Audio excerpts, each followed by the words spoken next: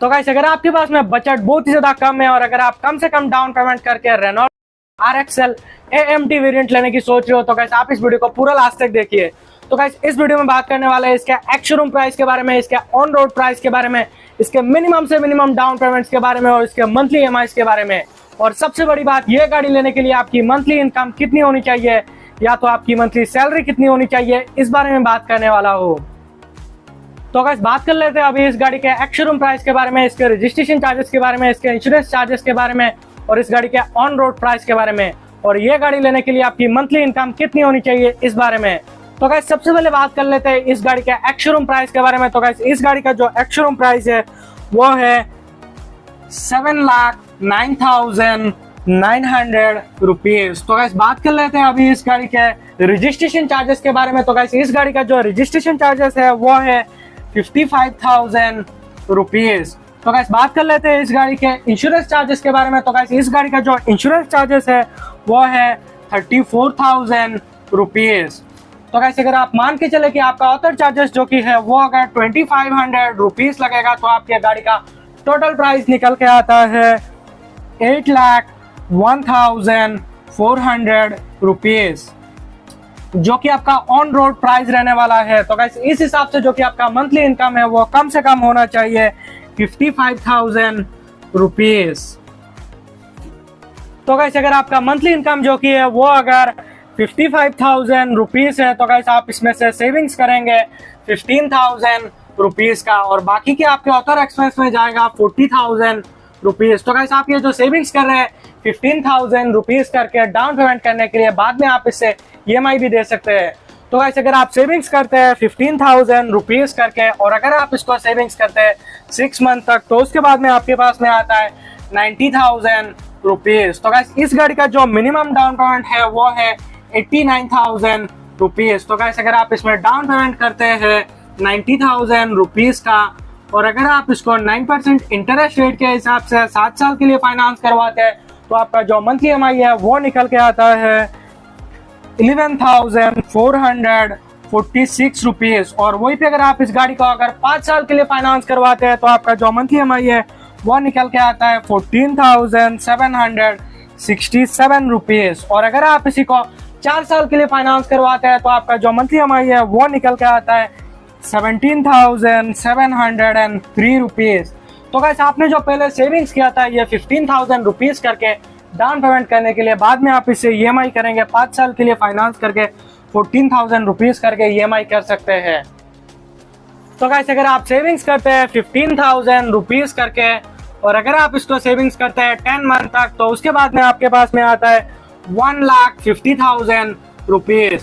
तो गाइस अगर आप इसमें 1,50,000 रुपीज की डाउन पेमेंट करते हैं और 9% इंटरेस्ट रेट के हिसाब से अगर आप इसको 7 साल के लिए फाइनेंस करवाते हैं तो आपका जो मंथली EMI है वो निकल के आता है 10,480 रुपीज। और वही पे अगर आप इस गाड़ी को अगर 5 साल के लिए फाइनेंस करवाते हैं तो आपका जो मंथली EMI है वो निकल के आता है 13,522 रुपीज।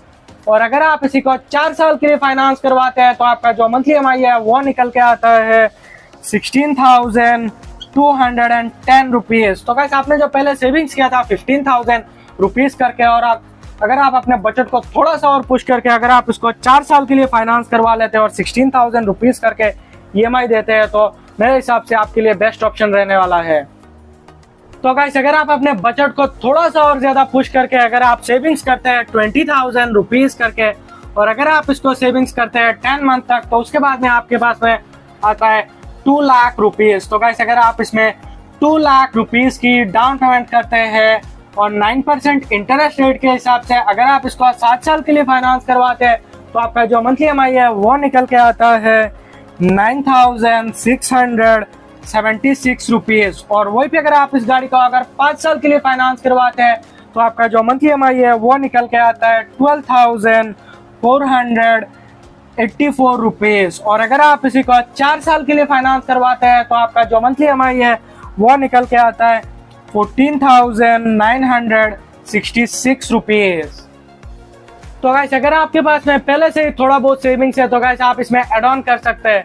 तो गाइस मैं मान के चलता हूँ कि आपके पास में पहले से ही सेविंग्स है 60,000 रुपीज का, तो गाइस अगर आप इसमें 60,000 रुपीज की अपने सेविंग्स को एड ऑन करते हैं तो आपके पास में आता है 2,60,000 रुपीज। तो गाइस अगर आप इसमें 2,60,000 रुपीज की डाउन पेमेंट करते हैं और 9% इंटरेस्ट रेट के हिसाब से अगर आप इसको 7 साल के लिए फाइनेंस करवाते हैं तो आपका जो मंथली EMI है वो निकल के आता है 8,711 रुपीज।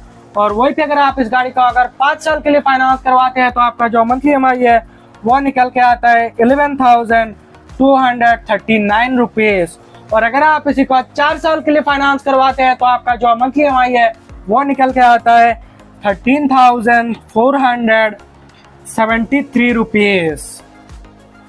तो गाइस अगर आपके पास में बजट हाई है तो गाइस आप इसमें डाउन पेमेंट कर सकते हैं 3,10,000 रुपीज की। तो गाइस अगर आप इसमें 3,10,000 रुपीज की डाउन पेमेंट करते हैं और 9% इंटरेस्ट रेट के हिसाब से अगर आप इसको 7 साल के लिए फाइनेंस करवाते हैं तो आपका जो मंथली EMI है वो निकल के आता है 7,906 रुपीज। और वही पे अगर आप इस गाड़ी को अगर 5 साल के लिए फाइनेंस करवाते हैं तो आपका जो मंथली EMI है वो निकल के आता है 10,201 रुपीज। और अगर आप इसी को 4 साल के लिए फाइनेंस करवाते हैं तो आपका जो मंथली EMI है वो निकल के आता है 12,229 रुपीज। तो गाइस अगर आपके पास में बजट बहुत ही ज्यादा हाई है तो गाइस आप डाउन पेमेंट कर सकते हैं 4,20,000 रुपीज का। तो गाइस अगर आप 4,20,000 रुपीज की डाउन पेमेंट करते हैं और 9% इंटरेस्ट रेट के हिसाब से अगर आप इसको 7 साल के लिए फाइनेंस करवाते हैं तो आपका जो मंथली EMI है वो निकल के आता है 6,136 रुपीज। और वही पे अगर आप इस गाड़ी को अगर 5 साल के लिए फाइनेंस करवाते हैं तो आपका जो मंथली EMI है वो निकल के आता है 7,917 रुपीज। और अगर आप इसी को 4 साल के लिए फाइनेंस करवाते हैं तो आपका जो मंथली EMI है वो निकल के आता है 9,491 रुपीज। तो गाइस मैंने अभी जितने भी प्राइस बताए वो आपको हर एक स्टेट और हर एक सिटी में थोड़ा बहुत डिफरेंस देखने को मिल सकता है। और ये जो मैंने प्राइस बताया वो आसाम स्टेट का है। तो गाइस अगर आपको ये वीडियो पसंद आया तो वीडियो को लाइक करना और चैनल को सब्सक्राइब करके जाना।